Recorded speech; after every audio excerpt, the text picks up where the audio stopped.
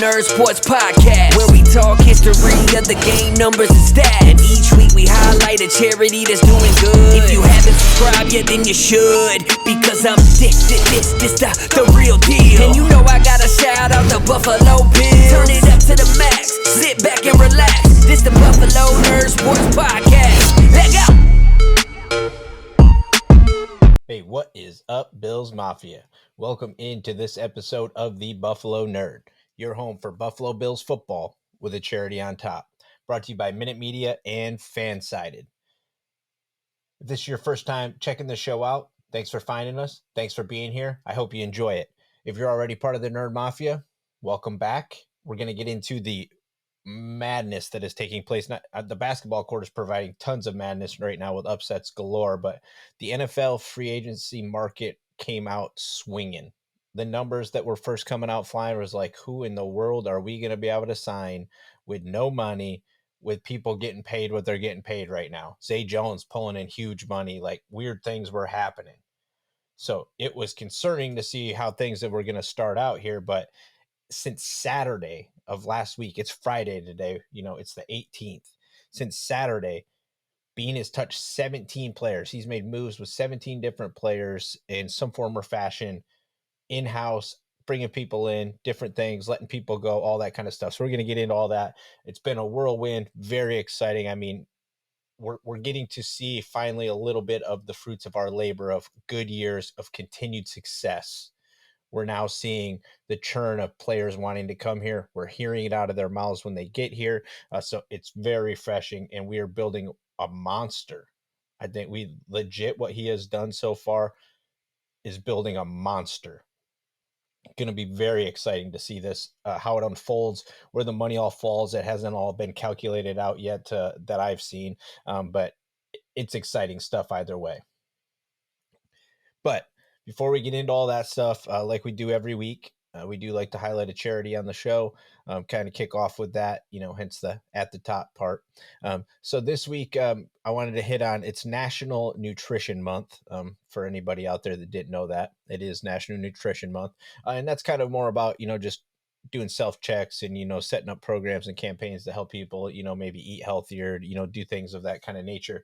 But I wanted to spin it a little bit further and take it into just hunger in general is a massive problem in our country and around the world. I think it's roughly like 8 billion people or 8 million people, every day are going without a meal, so that's tough stuff. So I wanted to highlight this week. It's called Bread for the World. Basically, you can find them over at bread.org. Very simple, bread.org.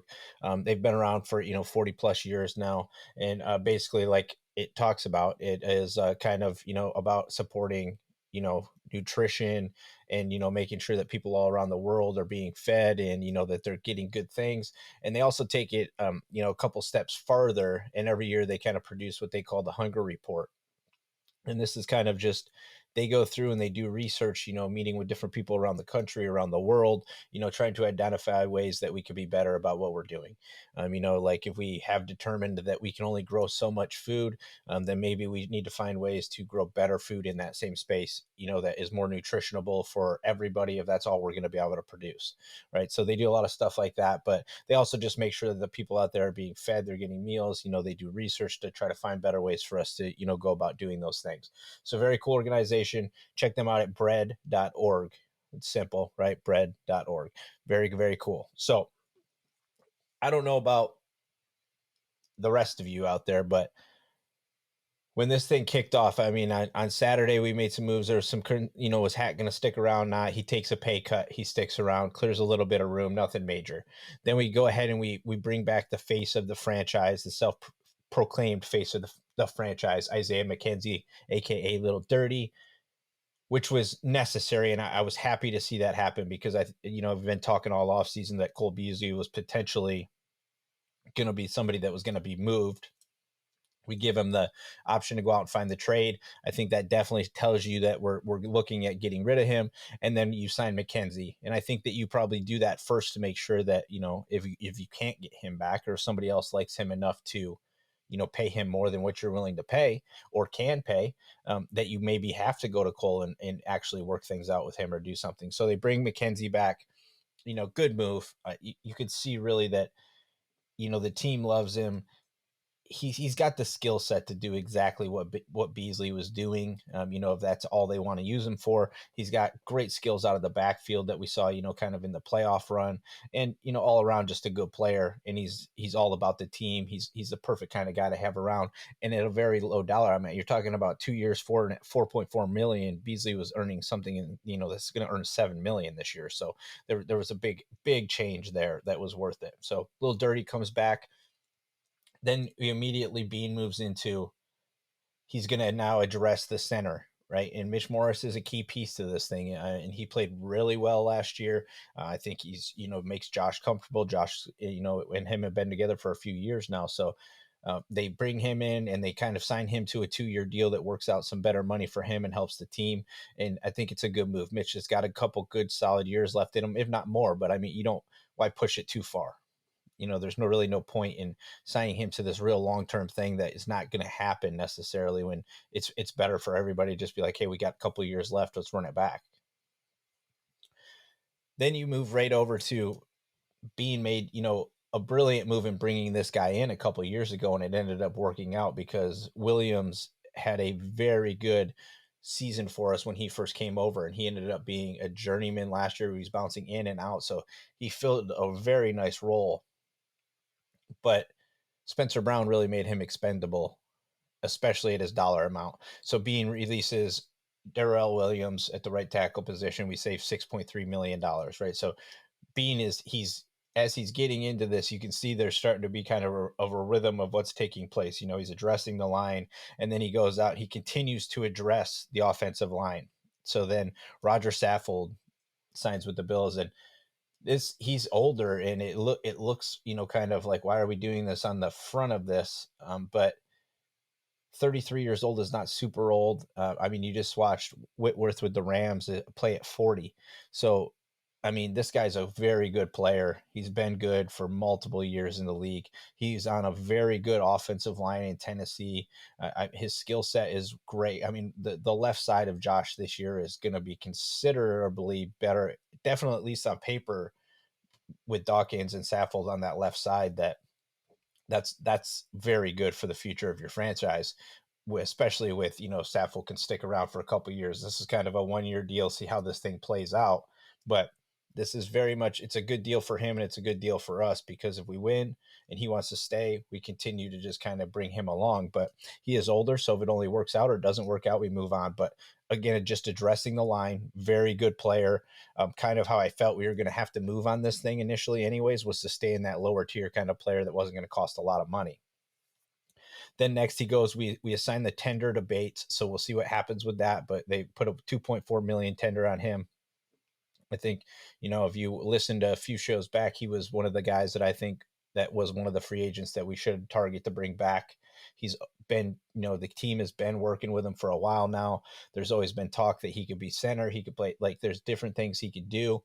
So with Mitch kind of, a couple years out, if you can keep Bates around, and he played very well when he came in, I thought the offensive line gelled very nicely towards the end of the year when he was in there. So he's an important piece. I'd be happy if that one comes back.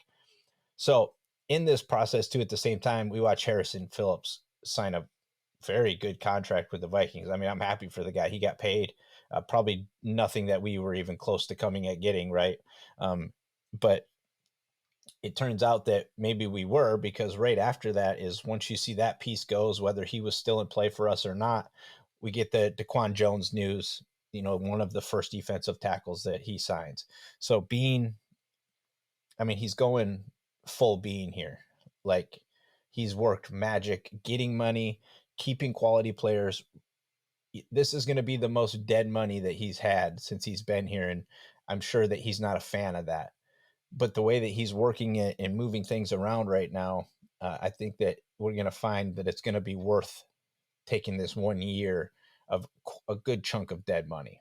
We'll see where it all ends up, but right now it's a pretty decent number compared to the fairly low number we were at last year of like 3-point-some odd million. We're going to be closer to probably 20-something million, if not a little more, in dead money by the time it's all said and done.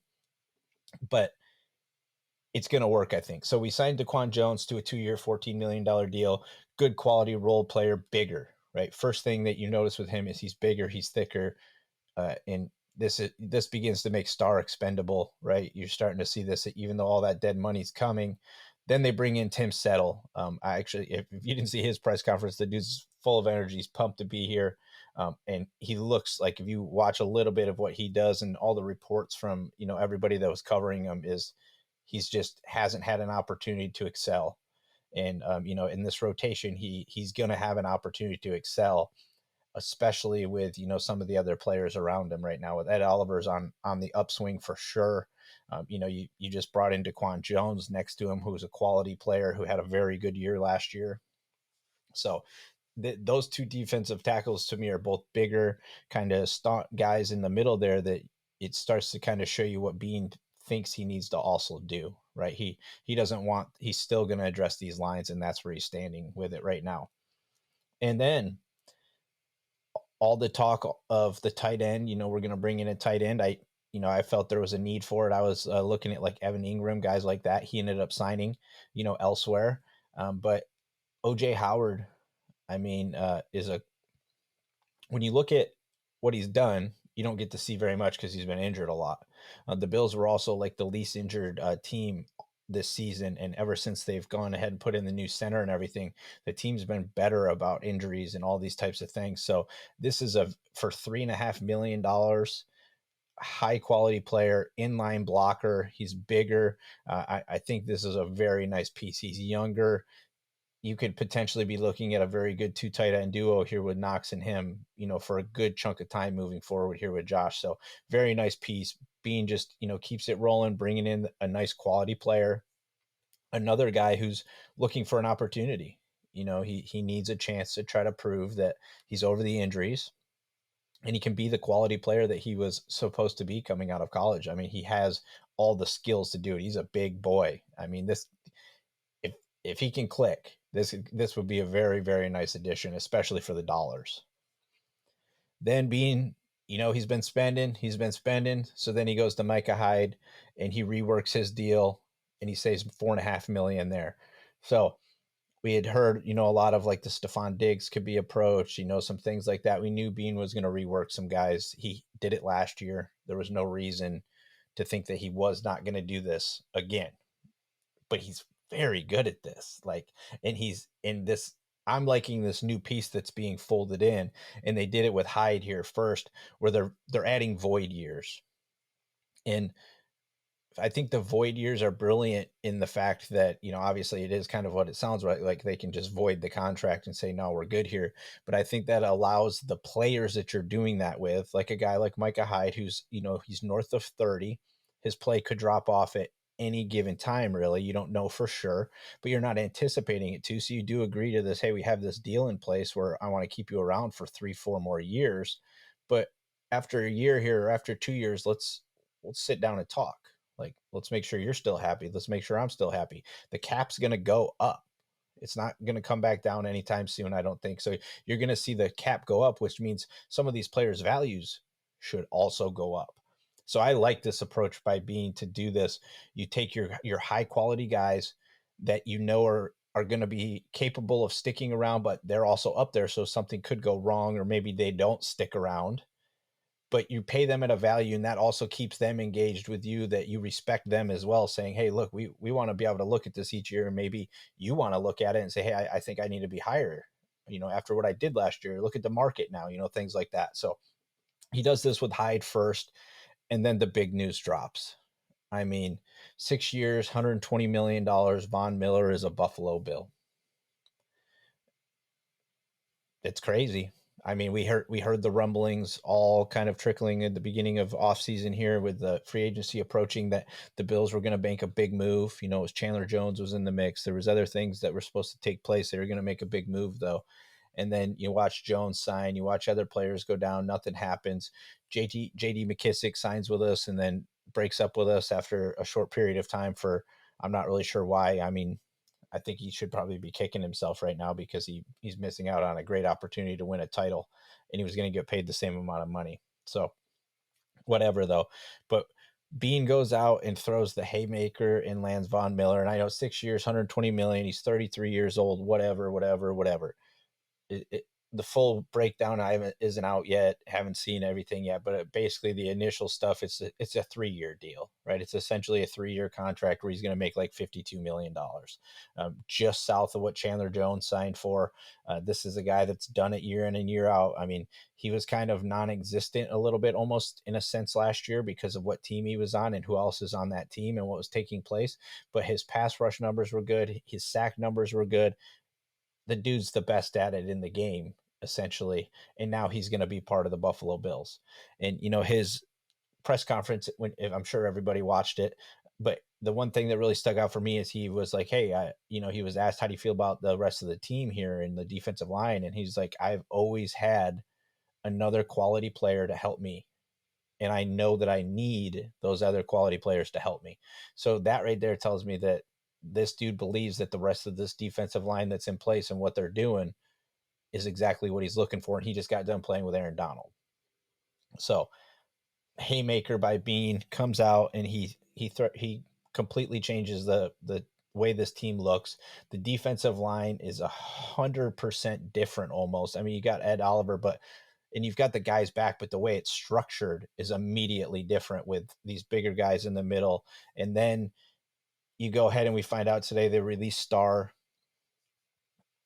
I mean, it's terrible. It's a terrible, terrible deal. It's going to cost a lot of money, $7.7 million in dead money. We'll gain like 1.5, I think. So that's one of our draft picks salaries, I guess. Our first rounder probably get somewhere around in there, second round pick maybe. So it is valuable, but when you saw the change that was being made in Star's production was just not it. I mean, these are speed, big moving kind of guys that we've brought in. And then it gets even better than Jordan Phillips resigns, right? I mean, like these guys that we had on this team when the defense was very good still a couple of years ago when we were making the culture change, these two guys were part of it. And Jordan left because of money, plain and simple. The same thing that happened with Levi Wallace this year is it reaches a point where the money is a certain way and you're trying to do certain things and the guy doesn't fit and he goes out and he gets an offer and the offer is more than what you were going to offer. And he takes the money and the best he can. He got to go play for a good football team in Arizona, but now he's been released. He had an opportunity to play somewhere and he wanted to come back to Buffalo. So Beane just completely revamped the defensive line. Then the next guy, here comes Shaq Lawson. He comes back as well. So the defensive line is set. Like I don't think that there's anything else that you could potentially need to do with that defensive line at this point in time. The rotation's going to be nasty. The rookies and the second year players are going to have great veterans to learn from still. I mean, Von Miller is one of the best at it. Ed Oliver can, if he excels, he's due big money. That's the other reason that I like the two deals that we did with Settle and Jones, 2-year deals. You got Basham's going to be coming up for a deal in a couple of years. You've got Epinenza that's going to be coming up. So you're cycling your decision-making process by just finding a couple guys that fit the here and the now. If they work out and they stick around, that's great. But for here and now, they work, right? So other big news that kind of comes out of all of it, the only other kind of like offensive thing so far is Beasley does get eventually cut. They make that move, which I think everybody saw that coming. The trade idea would have, I don't even know what you would have attempted to do. I mean, like a real low pick because somebody was going to have to take on $7 million or he was going to have to be willing to rework a deal. And it didn't feel like anybody was going to do that because you got the sense that looking at it, a team that needed money could save a lot of money. And there was a little bit of friction, like not a lot, but a little bit of friction and probably a reason to say it's time. So Cole gets cut. He was 100% awesome when he was here. I mean, as far as on the field stuff goes, off the field, whatever, everybody's entitled to their own opinion. But on the field, he was a big part of turning this thing the way it is now. Josh Allen's development was helped by Cole Beasley being here. That's 100%. You can't get around that. But then today we also, it's, Friday right before I was getting ready to come on, we bring back Markel Lee, so again, Beane just shuffling the deck with a cheaper player in a position of need. You let AJ Klein go. This guy can fill that kind of role, special teams role, and you can continue to try to develop him at a lower number. So Beane, full Beane so far. there's still probably money to move because the one thing that didn't take place, you see, they're probably looking at running back with the McKissick deal going sour, but they signed that. That was going to be like the first deal that they were doing, with somebody outside of the team. So there was obvious need for not need for running back, but a real like for that specific running back. So it'll be interesting to kind of see if we still see another veteran running back come in. I believe there will be one. I imagine one will be drafted or taken shot on a couple undrafted guys. But I foresee a veteran running back at some point or another. We've had one on the roster every year that Beane has been here. And I get it, like Singletary's got a few years in, but there's a difference when you have that guy's got 6-7 years, and it can make things a little bit different for you. But anticipating we'll see something in that avenue still. Cornerback. Uh, I don't think that there's not going to be a veteran cornerback signed. I believe it'll have to happen 1 year deal, probably with somebody, maybe 2 at best, but something's going to have to give in that department. There could be a scheme change potentially coming. Maybe Teron Johnson's going to get a shot at number 2 for real. He's not going to be just the slot guy. Who knows what that could look like? But I still would say that you got to probably look at a veteran cornerback during this free agent period still. They're probably waiting to see how things fall. Secondly, wide receiver. I still think there'll be another veteran wide receiver brought in. I think that's kind of always been the mantra with the team. I mean, they had a couple of them, running around for the past few years, especially with Beasley being gone. Sanders is going to be gone. You have Diggs, who's more than capable of doing it, but that's not really necessarily something you want just one guy to do, right? There's other things and other people around. I mean, you got Kumro, you kept him around. I think that was part of it too. He's got multifaceted talents, but he's also been in the league long enough and can support players. But I think we might see a veteran wide receiver still brought in, and we obviously need a quarterback. So at some point or another, I just don't see Beane building this monster of a team to then just have like a rookie backing up Josh.